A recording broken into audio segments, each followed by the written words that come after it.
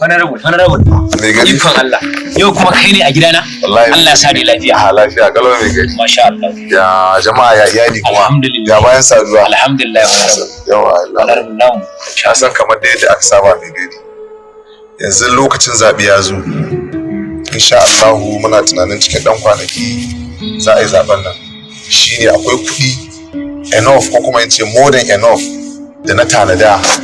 Ina son in ɗauko in kawo ma gama shi ta yana tare da mutane na. Zan kawo ma abu angonni ka ba masu angonninka a zagaya gida a ba kowa saboda by all means muna son mu ci wannan zaben.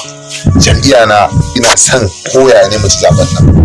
Bugu da ƙari kuma bayan haka ina son ko ranar zaben ma akwai kuɗi da na tanadar ma wanda za a bi mutane. Mutum na zaɓe za a ba shi. Ka gane ko kuma idan mutum ba zai zaɓi jam'iyyan ba ma za a ba shi kuɗin sai ya dangwala ya zaɓa mana. So duk wannan provision da akwai yanzu a haka duka kuɗin ma tana nan a cikin mota yana tare da mutane. Ina son a ɗauko a kawo mashi ya ce bari fara ma mutane. Dakata Honorable. In ku mutanen kirki ne ba sai kun ba da kuɗi ba za a zaɓe ku.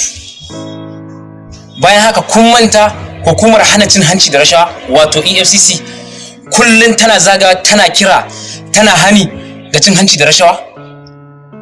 Bayan nan za ta tura wakilanta a ko'ina kowane waje da inda za a je a dangwala zaɓe da ke faɗin Najeriya don kama waɗanda za su ba da kuɗi a gurin zaɓe don a zaɓi jam'iyyarsu. To don haka da ni da mutane na da duk waɗanda nake wakilta wanda suke ƙarƙashina ba za mu anshi kuɗin kowa ba, za mu je mu zaɓi cancanta ne, sai wanda ya cancanta za mu zaɓa na shekarar 2023. Mai gari to ai nake ganin mai gari ni kuɗi na halaliya ta ce. Gumina ne aiki ne tukuru na same su na tara su saboda wannan zaɓe. Haka ne Honorable, ko da kuɗinka na halal ne ya saba wa dokan ƙasa.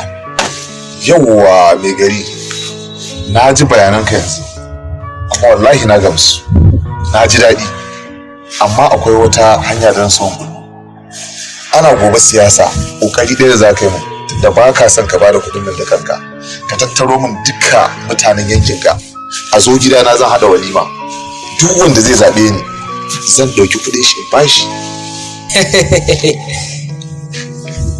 Wato Honorable, hukumar EFCC ba ta tsaya iya inda take ba.